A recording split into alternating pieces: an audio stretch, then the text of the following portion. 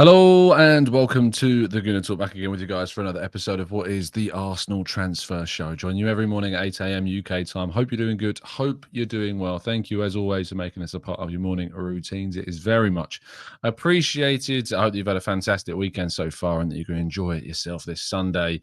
Because as I said yesterday, this is the last weekend before Premier League. Well, not Premier League next weekend, but Community Shield gets back underway and football is back in full swing. So, weekends, midweeks, your life's going to be revolving around football once again, if it hasn't been already for the past 6 to 8 weeks with the transfer window anyway. But genuine football getting back underway is certainly a thankful thing, and I'm very much looking forward to watching plenty of it in the coming months and throughout the course of the season, as I hope that you are too. Of course, even when the transfer window finishes, we continue doing our 8 a.m. shows. We do this continuously all the time, so do make sure that you continue to make this a part of your morning routines. Thank you so much as always for being here. Drop a like, subscribe if you're new, and without a doubt, thank you as always, and I hope you're doing safe and well. Granddaddy Gooner, good morning to you. To Steve Wells, good morning to Matt G, good morning to Kaiser, Jose, Stephen, Maximius Morgie, good morning to Penny Wing, good morning to Alex, good morning to Radio Cure, good morning to Anthony, Brian, Alex, Roberts, good morning to you. To Wolfgang, good morning to Olawale, good morning to Amira, Robert. Thank you to everybody that's tuning in. Really appreciate your time as always. It is very much appreciated. Let's crack on, shall we, with today's stories. Let's jump in first with Arsenal getting back underway in terms of action for the youth teams as well. The youth team, the under-21s, played their first game of their pre-season. I think it was their first game, but they did play their A game for pre-season. They played against Boreham Wood, which has become a little bit of a kind of a tradition, if you like, over the course of summer. Sometimes the senior players play, sometimes it's the youth players. This year it was the youth team that took on Boreham Wood, really frustratingly losing. They'll be not very happy with that whatsoever. Mehmet Ali will be wanting, of course, to pick up as many wins as feasibly possible over the course of this period. But it seems, at least at the moment, that they're going to have to find some form from elsewhere after a 2-1 defeat to Boreham Wood. The team that was used was Cooper in goals, Sweetwaters, Monlu, Souza at the back, with Ibrahim at DM, Henry Francis and Nwaneri in midfield, with Sago Jr., Butler Oyedeji and Marcelo Flores in the front three. But plenty of subs, got lots of action as well. Rojas, Rosiak, Foran, Jeffcott, Caseda Thorne. Lewis Skelly came off the bench as well. Ulad and Hand, Ibrahim Ulad and Hand, and Edwards, Camara, Davies also getting off the bench. Gower sadly didn't, but lots of minutes, lots of time. Marcelo Flores getting a goal. And certainly good to see the youth back on the field again.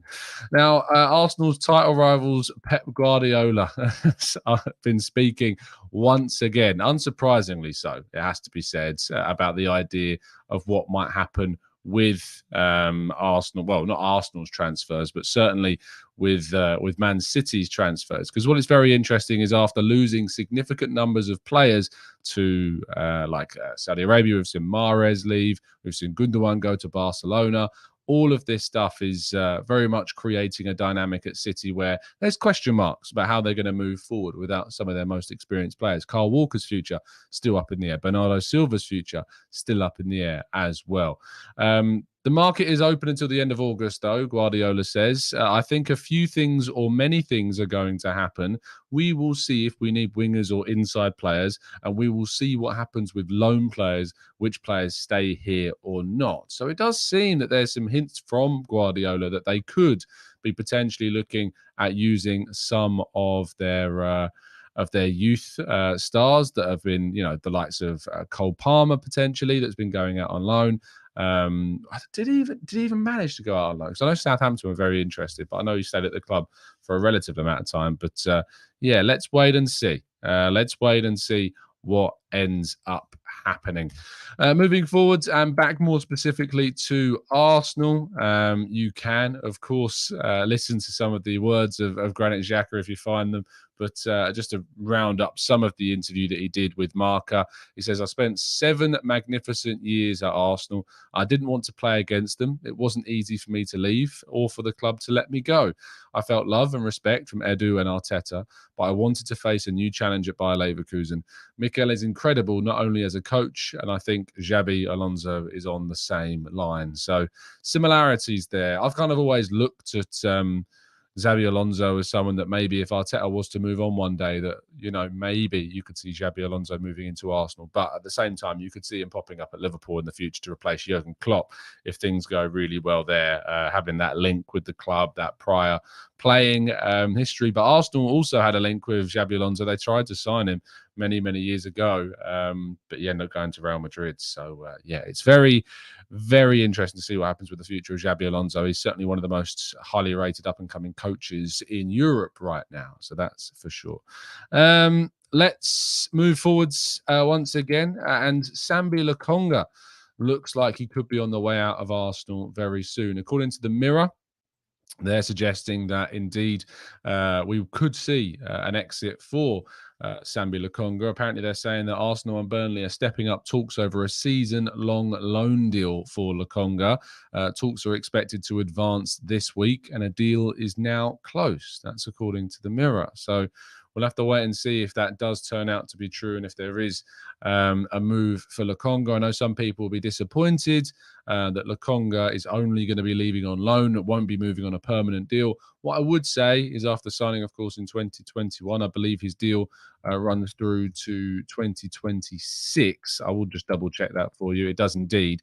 So after this season, he still would have 2 years left on his contract, which gives Arsenal still plenty of control in his future. And if he can play for Burnley and play really well, it could be that we increase his value before the end of next summer. So a loan isn't obviously ideal, but it could be, if successful, a really smart move that allows Lokonga to, you know, move on as well. So lovely stuff. Moving forwards to Folarin Balogun, Manchester United securing a deal for £73 million for Rasmus Højlund.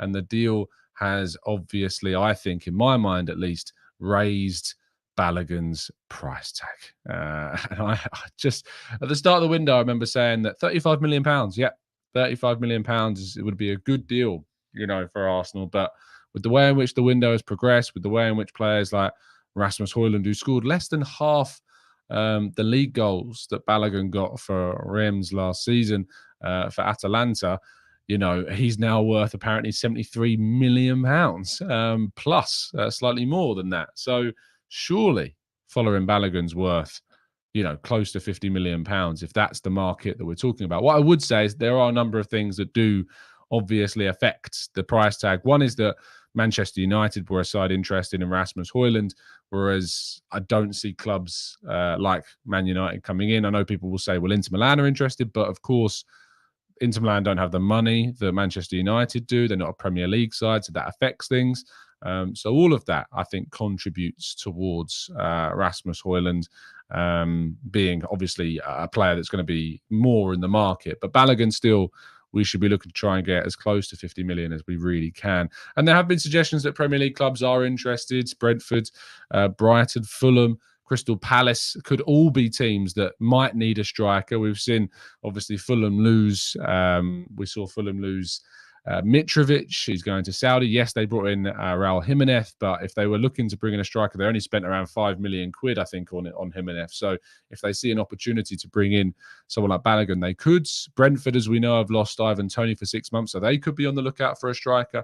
Crystal Palace have always been mentioned around Balogun, as have West Ham as well. And Brighton are a side that like to snap up some young players and are not short of money. So who knows? Maybe they will come in for Balogun. We'll have to wait and see. But there's lots of, I think, opportunities in the Premier League and outside of the Premier League that could see Balogun make a switch to another Premier League club or elsewhere. Right then, that brings us to an end of part one. Let's move to part two and your questions right after.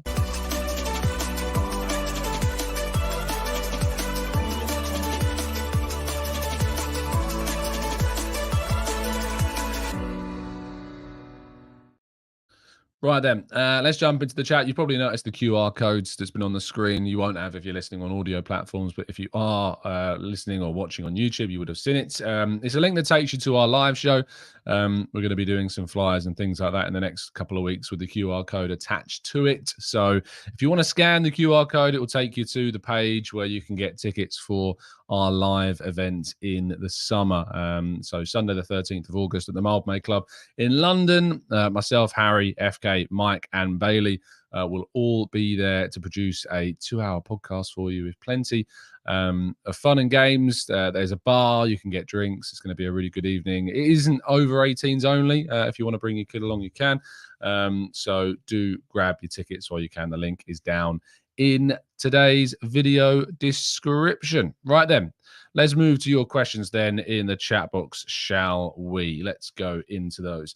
Fuad says, Tom, are you surprised that Patino hasn't had more suitors? I feel like if he was a City youth player, he'd probably have gone for 20 million plus clauses at this moment in time. Yeah, City do really well in selling their players. I mean, Southampton have a very good relationship with City and specifically their youth academy.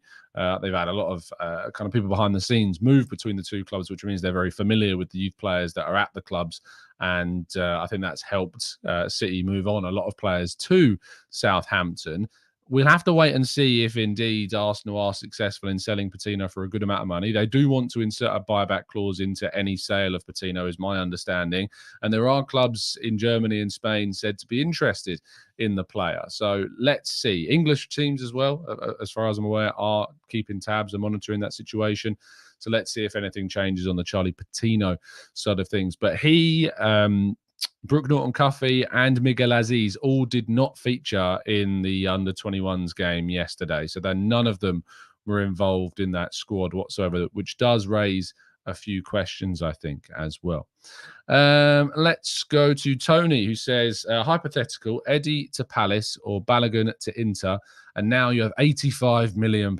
How do you spend it? Well, I've talked about this before, and I think it is a very interesting point to kind of discuss as well, because I think if you've got that amount of money, how would you spend it and how would you use it on a player to come in and compete, wouldn't you, with Gabriel Jesus? And so, you know, Kolo Muani has been talked about a lot. I'd look at him and I think £85 million I think might be enough to get hold of Kolo Muani. So that might be someone that you look to. I certainly think that if we were to get that amount of money for a combined figure for Nketiah and Balogun, some people might scoff at that. You know, I'd probably take 25, 30 million for Nketiah, to be honest. And I'd probably take about 40, 45 million for Balogun, which would leave you at around the £70 million mark.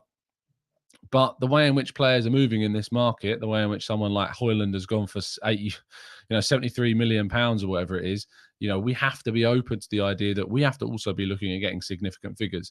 I know that there's been suggestions that Eddie Nketiah has got interest from Crystal Palace.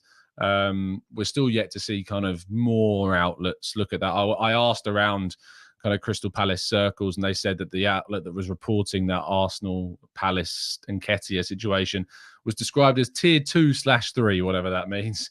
So that's the only response that I got. So I don't know how real Palace's interest in potentially signing Nketiah is, but if we can get a good amount of money for both of those strikers this window, you'd think that we'd have to go and put it back into the market this summer. We can't afford to not have another striker if we let both of those players go.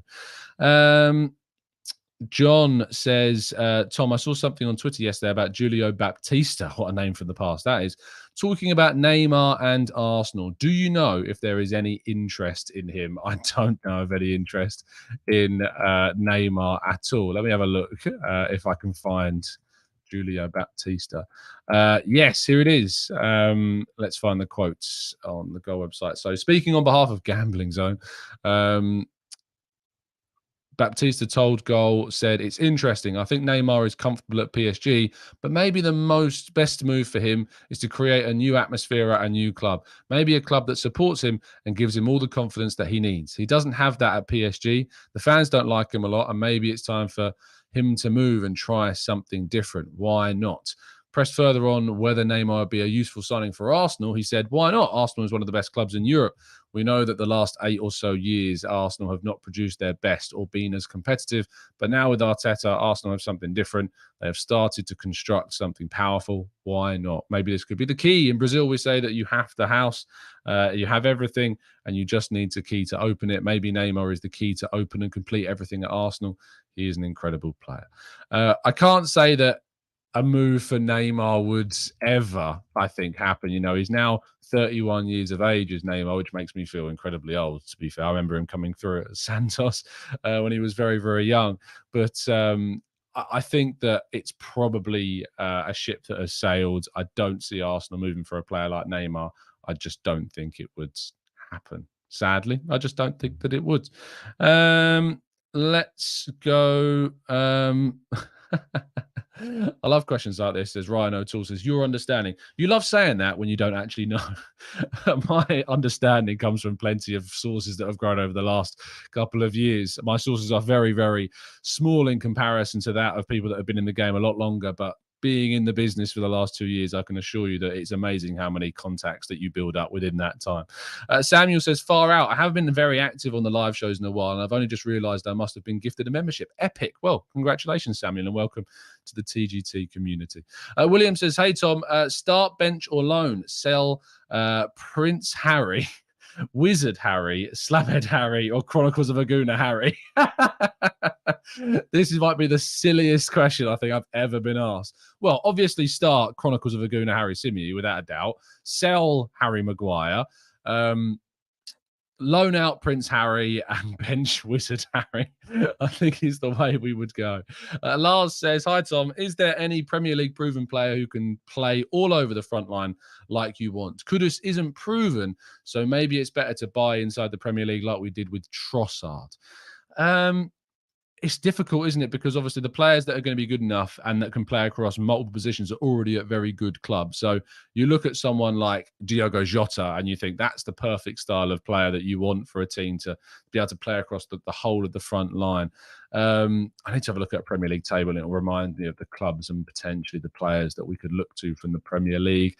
So, I mean, let's look at last season's Premier League table. So Brighton's forwards, Mitoma can play left and right, but not really through the middle. Aston Villa, who have they got? Leon Bailey can play left and right, but again, not really through the middle.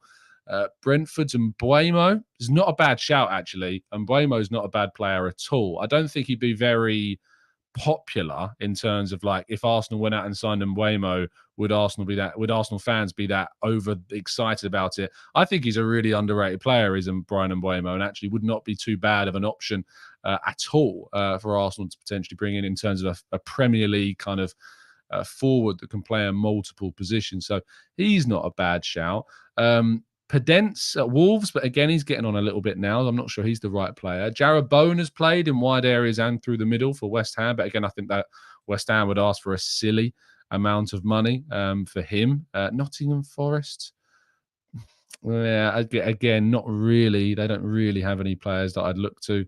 And then you've got Everton as well. Again, they don't really have any players that I would really be looking to. So I guess Brian Mbeumo is probably the one I would say out of all of the Premier League teams that can play across the front three and give you something of a reasonable standard.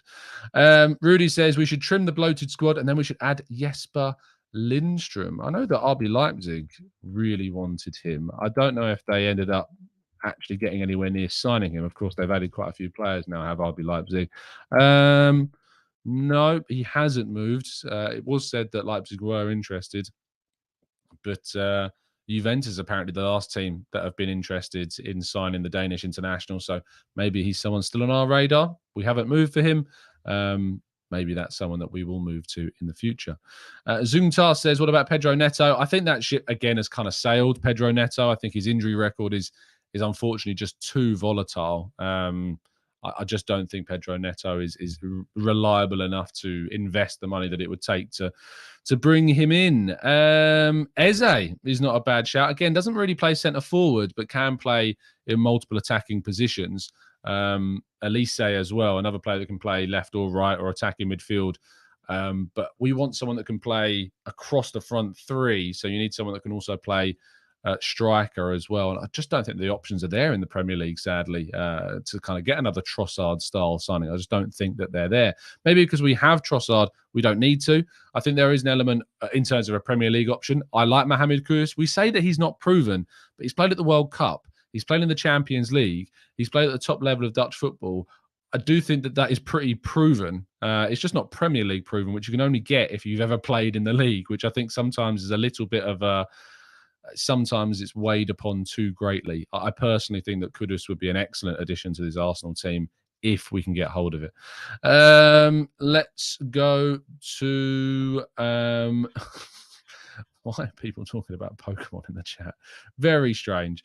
Let's go to Dennis. This is, I really want... I've lost the comment. Where's it gone? I really want Neto, but the injuries are too much, unfortunately. I absolutely agree. Joseph says, why don't we utilize the loan market that often? I think we've kind of moved beyond that now. You know, we used to do that a fair amount. Yossi Benayoun, Denis Suarez, Danny Ceballos, of course, as well. We have used the loan market. We haven't used it loads, but teams like Man City don't tend to use the loan market, and they're the ones that we're competing with, and that probably gives you an idea as to why I don't think a loan move is the right way forward. Loan moves are more so for panic options, like if you get to deadline day and you desperately need a player in a position or you've had a big injury, that's when you use the loan market as a club at the size of Arsenal, as we are aiming for certain things now. That's when you, like Man United, used the market to bring in Sabitzer on loan for a brief period of time, that sort of deal, you know. But yeah, you don't tend to see that happen at all.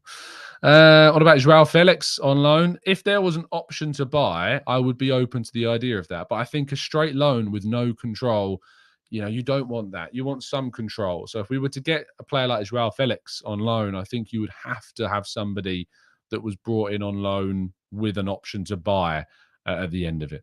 Barry says, I would still like to sign Xavi Simons. Well, unfortunately, you're not going to get him because he has gone to RB Leipzig on loan from PSG for this season. So sadly, you're not going to be getting hold of Xavi Simons during this summer transfer window. Peter says, do you think we'll go back in for Douglas Luiz? Rumours are his new contract has a release clause in it. I've not heard anything about a release clause. Let me have a quick look. Release clause. Let's just see if there is anything.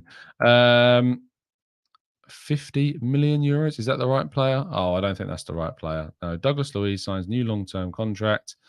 Don't see anything about a release clause, though. Yeah, not seeing anything about a release clause, I'm afraid. But maybe that's not to say it doesn't exist, but I just can't see anything about it at the moment. Do I think that we'd go back in for him? I doubt it. I don't think that he's of a standard now that we'd be looking to add him into the team. I think Arsenal have kind of outgrown the links to players like Douglas Luiz. Unless he has an amazing season at Villa this year, I just can't see it happening. I just can't see it. Vooks says, what about Iñaki Williams? Again, I don't see that deal happening. Iñaki Williams has been very loyal to Athletic Club during his time there. I think that ship has probably sailed. I think if Arsenal moved for him, say 4 or 5 years ago, maybe. But now I'm not sure that's the right player for Arsenal to go for. Very reliable in terms of injury record. He's one of the most reliable players in La Liga history, actually. But yeah, I'm just not sure, again, that he's of the right level for Arsenal to move to at the moment. Zeno says, what about getting Endrick on loan from Real Madrid? Again, probably not, Zeno, because why would you want to develop another big club's player with no control of whether or not you keep them? You know, I don't really want to loan Endrick and then see him go back to Real Madrid, a better player, and then what do we get from that? Not much. So I think if you ever loan a player where you've got kind of hope of developing them, you need to have some control in those loan deals. You need to have included an option to buy the player in those loan deals. So, yeah, I don't necessarily see that happening. Let's go to Stephen says, why do we always want a versatile player? We need an out-and-out centre-forward. Haaland and Kane are not versatile. I think that Kane is very versatile, Stephen. I think Kane drops in deep, plays 10, even though he's obviously being used in the number 9 position. And I think that those teams use different systems to us. I think that Arsenal and Arteta in particular likes players with versatility. I think it comes down to the club's philosophy. It comes down to what the coach wants. But Haaland, sure, is your classic traditional number 9. But Kane, saying that he's not versatile, I think undersells Kane quite a lot. I think Kane is very versatile. He plays into and drops into midfield rather often, and kind of drops into that second striker role, if you like, and plays as more of a number 9 when he plays for England. So I do think that when it comes to a player like Kane or Haaland, they fit into teams which are playing in those certain systems which we're not playing the same style. So yeah, I don't think that it's like because these teams are doing it and have had success, it means that Arsenal have to. I think Arsenal really benefit from a striker like Gabriel Jesus. And if we were to bring in another striker, someone like Kolo Muani, who can play in a wide area and through the middle, I think that would be really beneficial for us. So that's why I think we like those versatility players, because they give us lots of options, and they give us lots of decisions to be made and lots of cover in different positions as well. What do you think about bringing Sanchez back as a squad player? Says PJ. It's a no from me. I think that, again, another one where that ship has sailed. He needs to find a club where, you know, he's going to be able to play regularly and get the minutes that he needs to get and take advantage of the last years of his career. That has certainly passed at this stage. Let's go to Ian. Says, sorry that I've missed today's stream, Tom. I've just finished a 14-hour shift as a paramedic. Well, thank you so much, Ian, for your service, mate. And get yourself some rest and catch up on the show when you wake up. Caesar says, Edu isn't good enough at selling players yet. We need to sell players before we can discuss buying more. I mean, what would you want Edu to do differently is the question I ask. You know, you say he's not good enough at selling players. Well, he sold Xhaka for more than £20 million this window, after initially Bayer Leverkusen wanted 13 million, and he managed to get more than 20 million pounds for Granit Xhaka. We say he's not good enough at selling. You tell me what you want him to do, and you tell me what you think he should be doing differently and how he achieves that. And I'm all ears. I am all ears, because if you've got players like Holding and Lokonga and Tavares and Cedric, you know, you got to ask the question, who's coming in for these guys in this stage of the window when they're players that typically would move on toward the end of the window? And so to criticize Edu for saying he's not good enough at selling at the moment, well, you know, it's difficult. If you go to a boot fair, for instance, you're not always going to have stuff that people want to buy. You know, very rarely do you come back from a boot fair with all your stuff gone.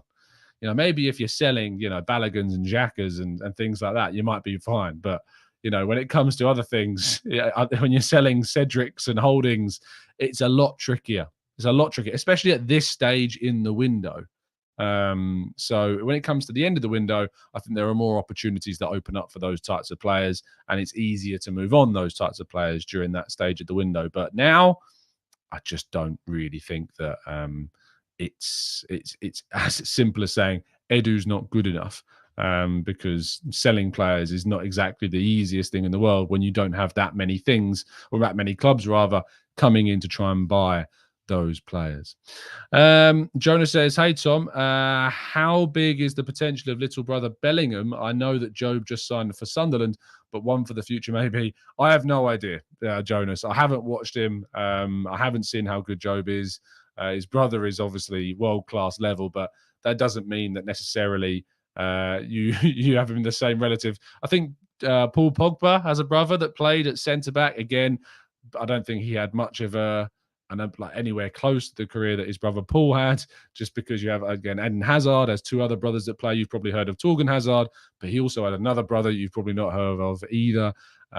So yeah, it just because you're related doesn't sadly mean that you're going to be as good as what your brother is. Very rarely do you ever see that relations in football end up being of a similar level. Xhaka, Toulon Xhaka, as well, who's Albanian international, so didn't have the same level of career as his brother Granit did. Off the crossbar says, Arteta already said that the squad is too big for Edu to step up, no matter how hard it might be. Again, that's fine. It's all good saying the squad is too big, and it is. And Edu's aware of that, and Arteta's aware of that. I'm asking you guys the question, what do you want Edu to do?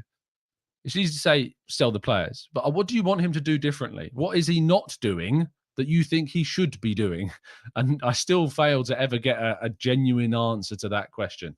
As soon as you can tell me what he should be doing and how that happens, I'm all ears. But until that point, I don't really know what more he can do until an opportunity comes along. Besiktas are the only team that have come in for Holding. They offered a pitiful amount of money. We rejected it. We've complained about Edu selling players too cheaply. He rejects a pitiful bid, and now we're complaining that he's not selling players quick enough. Well, it doesn't work as seamlessly and easily as that. We can't contradict ourselves. So that's what we want him to do. Zeno says resigning. Nice, really clever, intelligence.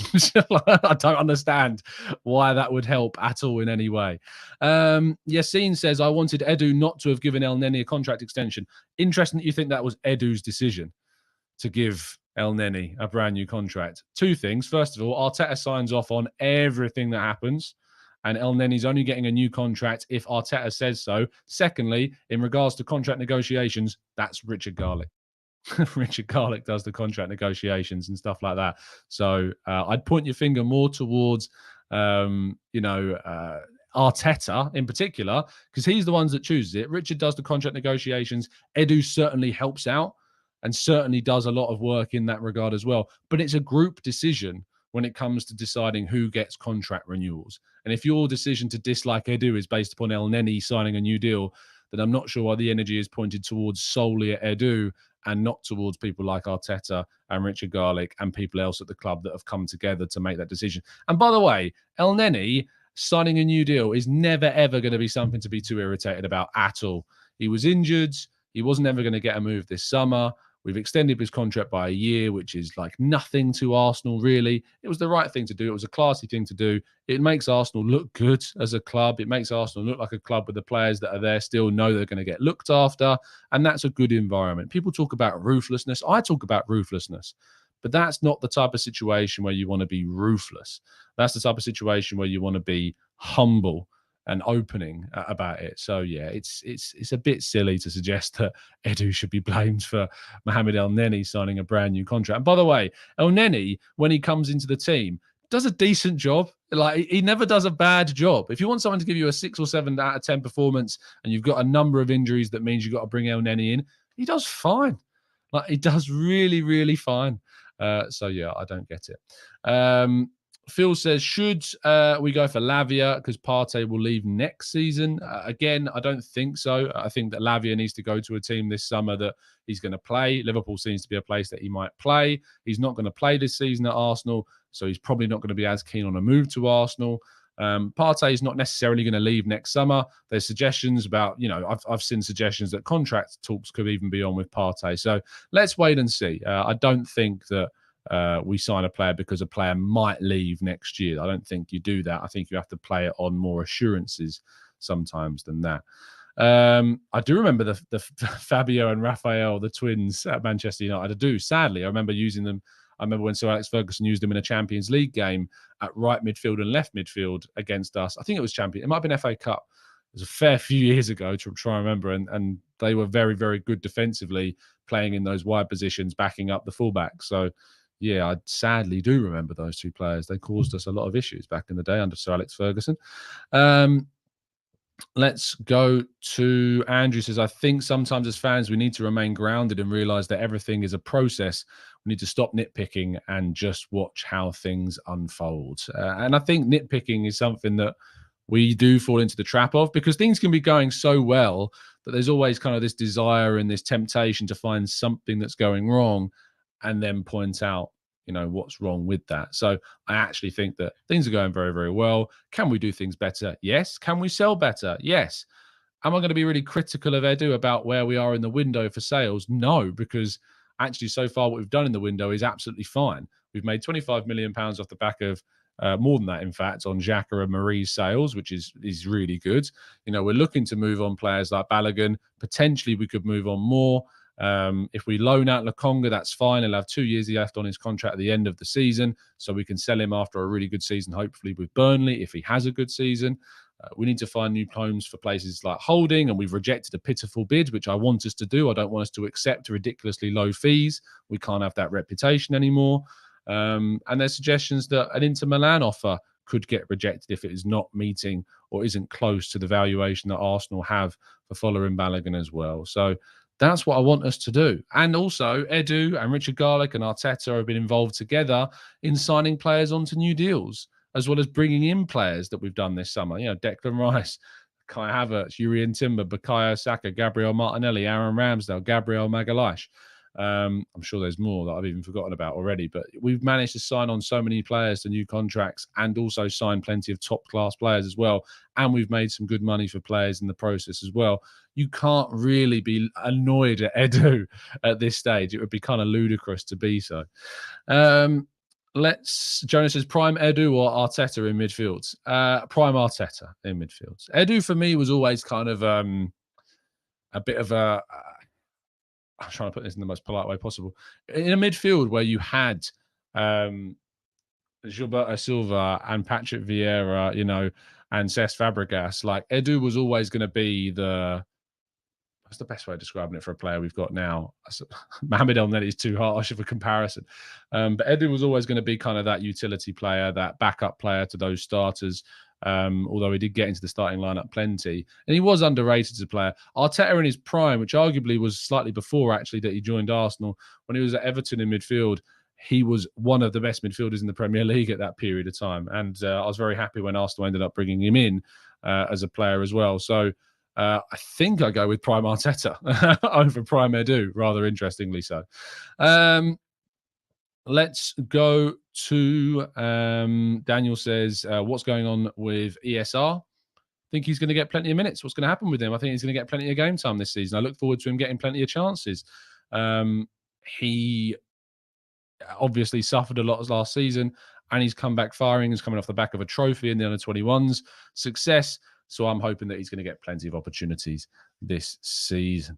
Fargo says, Tom, who would be your choice of right-wing cover if we could sign one more player? It would still be Mohamed Kudus. That's who I would look to bring in. And I'm hoping that that deal isn't as dead as maybe some might suggest that it is. I'm hoping that Chelsea's kind of stringing along with the Caicedo thing. I'm hoping that Arsenal are successful in bringing in another right winger, and I hope that it would be someone like Mohamed Kudus. I think that would be a really, really good move for us. If we sell Balogun and we sell Nketiah, I'd like us to see us go for someone like Kolo Muani. That's what I would like to see Arsenal move for.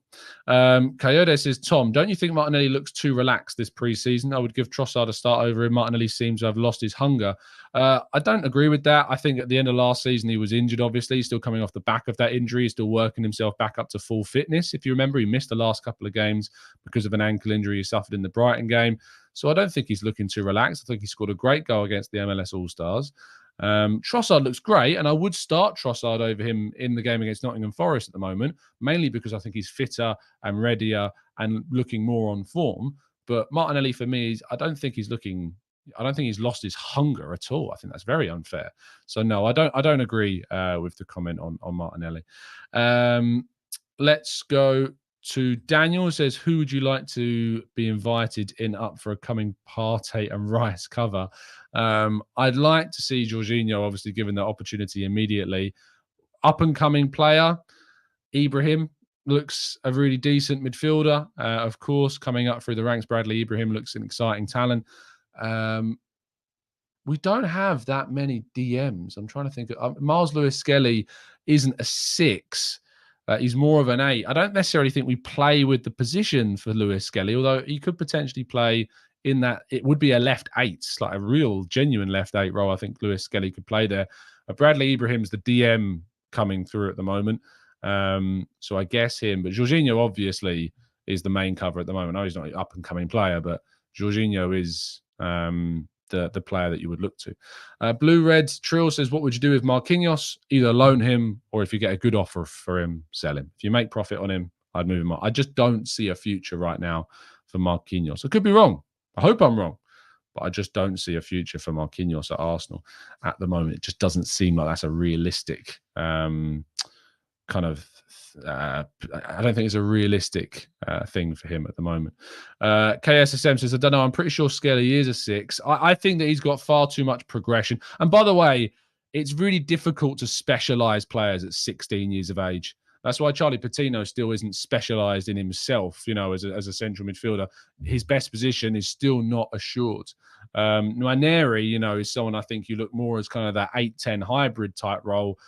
Bursting forwards from midfield, can play where Ødegaard plays, could play where Kai Havertz has been playing. For me, Miles Lewis-Skelly, despite the fact that he has played at left back even at times, I would play Miles Lewis-Skelly in a more central midfield, box-to-box role. His passing going forwards is really good. Yes, he's got defensive qualities as well. I think he will develop more into a box-to-box style player, and I think that that's the future for him. Nwaneri, I think, is someone that you'll see more playing as an 8-10, maybe even 10 attacking midfielder. I think he's fantastic, and I hope to see both of them play plenty more minutes in the forthcoming season for the under-21s, and maybe get some opportunities in the League Cup or even the FA Cup, if indeed the fixtures and the draws allow that. So let's wait and see what happens. Let's end the show there. Pinywin says, are the beers on the Gooner Talk tab on Wednesday? If you are going to the Emirates Cup, I hope you have a fantastic time. I know a fair few of the listeners are going to be going to the Tollington. I also want to give a shout out to the event that's going to be going on the 4th of August as well, on the Friday evening at the Tollington. Mike from the Gooners Pod is going to be raising money at an event for Gooners versus Cancer. So if you're around in London, I'm going to be there. I know Bailey's going to try and get there as well. I think some more familiar faces are going to be at the Tollington as well on Friday. So come along and have a drink and help support a great cause. And then, of course, if you haven't already bought your tickets for our live event as well, please make sure that you do. You can get your tickets with the link in the description, or you can scan that QR code. If you just print screen your screen and then go into your photos and hold down on the QR code, it should come up with a link for you. Or you can go to our link in the description, or you can go to the pinned tweet on @theGoonerTalkTV. So any of those routes will take you to the tickets page. We've got now 2 weeks today, in fact, until the event. 2 weeks today. So I look forward to that indeed. And I'm excited for the future. I'm excited to see what happens. I'm excited to see what we do. And I look forward to what we might see from the channel and from Arsenal, more importantly, in the future. Have a fantastic day, people. I'll see you again very, very soon. And as always, up the Arsenal.